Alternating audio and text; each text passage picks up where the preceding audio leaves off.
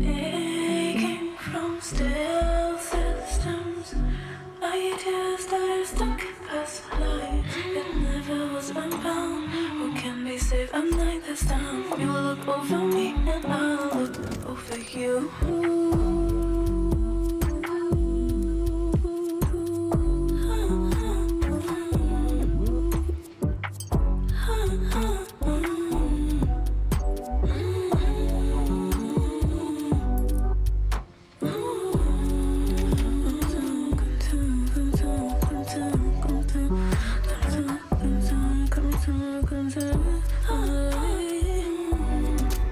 Space time.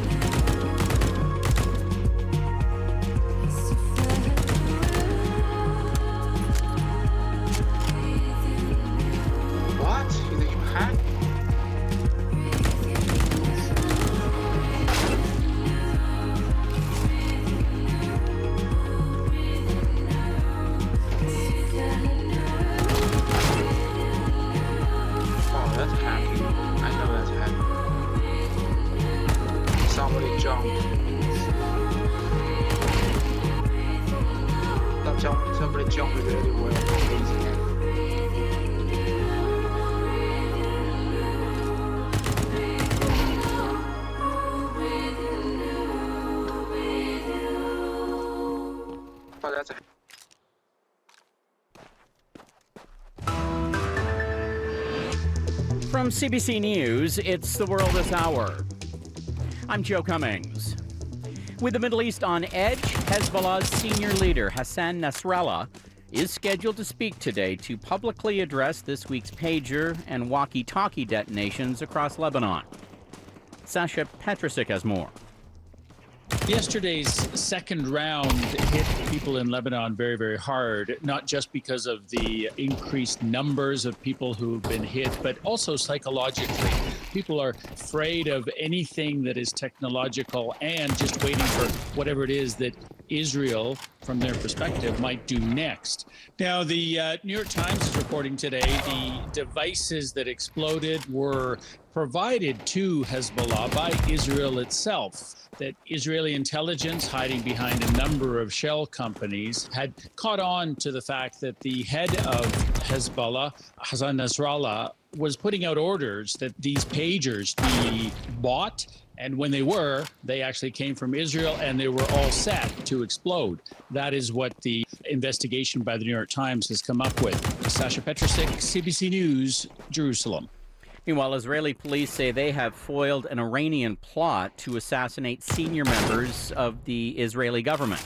They say an Israeli civilian taken into custody last month had been recruited by Iran to assassinate either the Israeli prime minister, the defense minister, or the head of the country's security service.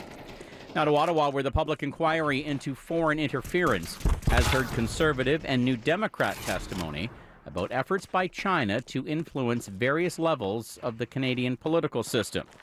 Evan Dyer reports. I was approached by an individual that I faintly recognized who offered to provide political support and assistance. Conservative foreign affairs critic Michael Chong said he soon realized the would-be volunteer was someone who'd been fired from the Privy Council office years before for working for China. He took the information both to cs2 and the National Security Advisor. And I was informed that all the documents for this individual had been destroyed and that they had no information on this individual. Former Conservative leader Erin O'Toole told the inquiry about a former senator in his own party who'd raised flags with paid trips to China and advocacy on behalf of a Chinese state-owned company. The senator wasn't named during proceedings, but Conservative sources suggested to CBC News that the reference was to retired Conservative Senator Victor O. CBC reached out to Victor O, who denied acting against Canadian interests. Evan Dyer, CBC News, Ottawa. We're expecting a provincial election to be called today in New Brunswick. New Brunswick Premier Blaine Higgs is scheduled to visit the province's lieutenant governor to officially launch the campaign, which is, in effect, already underway. Jacques Courtois has more. It's going to be by Blaine Higgs. Green Party leader David Coon got the jump on the Progressive Conservatives and Liberals, holding a kickoff with most of his candidates.